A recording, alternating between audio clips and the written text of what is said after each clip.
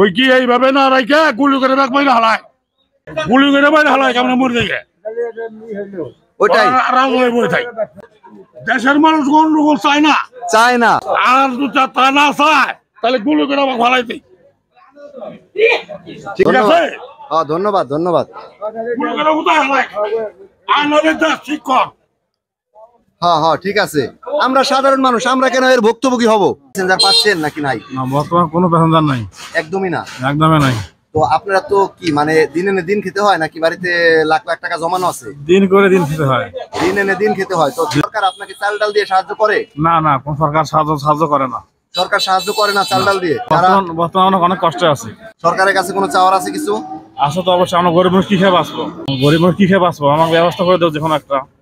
হ্যাঁ, আমরাও চাই সরকার কিছু একটা ব্যবস্থা করে দিক। ওকে, ধন্যবাদ ভাই। আসসালামু আলাইকুম। ওয়ালাইকুম সালাম। অবস্থা আলহামদুলিল্লাহ, আল্লাহ যখন হেলে রাখে আলহামদুলিল্লাহ ভালোই রাখে। তো কি মানে ব্যাংকে কি লক্ষ লক্ষ টাকা আছে বসে খাওয়ার মতো? অনির্দিষ্টকালের জন্য কারফিউ ঘোষণা?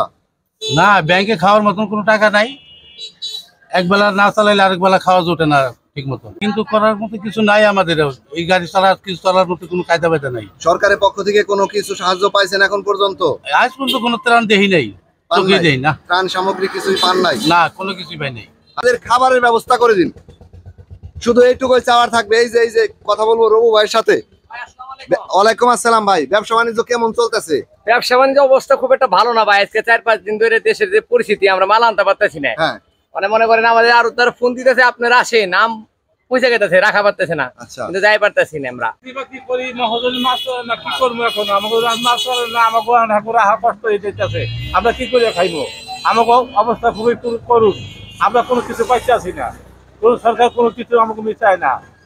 তো কি ব্যবসা বাণিজ্য কি অবস্থা ভাই? অনেক খারাপ। খারাপ কেন ভাই দেখেন দেশের অবস্থা। তো দেশের অবস্থা এরকম, মানে কি সরকারে কোনো সাহায্য সহযোগিতা করতেছে আপনাদের? না, করা উচিত তো নাকি? হ্যাঁ করা উচিত। এই যে আপনি যদি পটল না বিক্রি করতে পারেন, বাড়িতে বাজার করে যাইতে পারবেন না আজকে। না, তো বাজার যদি না করে যাইতে পারেন তাহলে আপনি খাইবেন কি? পটল খাইবেন? না ভাই, চাল ডাল তেল লবণ দেশের প্রত্যেকটা মানুষকে, যারা দিন এনে দিন খায়, তাদেরকে দেওয়া উচিত তো নাকি? হ্যাঁ, সবাই তো ওই যুদ্ধ নিয়ে ব্যস্ত থাকলে কাজ হবো না। ওনার একটা গ্রুপকে এখানে ঢুকাই দিক সারা বাংলাদেশে, যে যারা দিন আনে দিন খায় তাদেরকে প্রত্যেক দিনের ত্রাণ পৌঁছে দেওয়া হোক ঘরে ঘরে। চুরের বাচ্চারা সব খেয়ে লাই দে ভাই, তাই নি? সরকার যা দে চুরের বাচ্চারা সব খেয়ে লাই। ভালো আছেন? আছি। এই কি বেচা কিনার কি অবস্থা বর্তমানে? দেশে তো হাল অবস্থা ভালো না।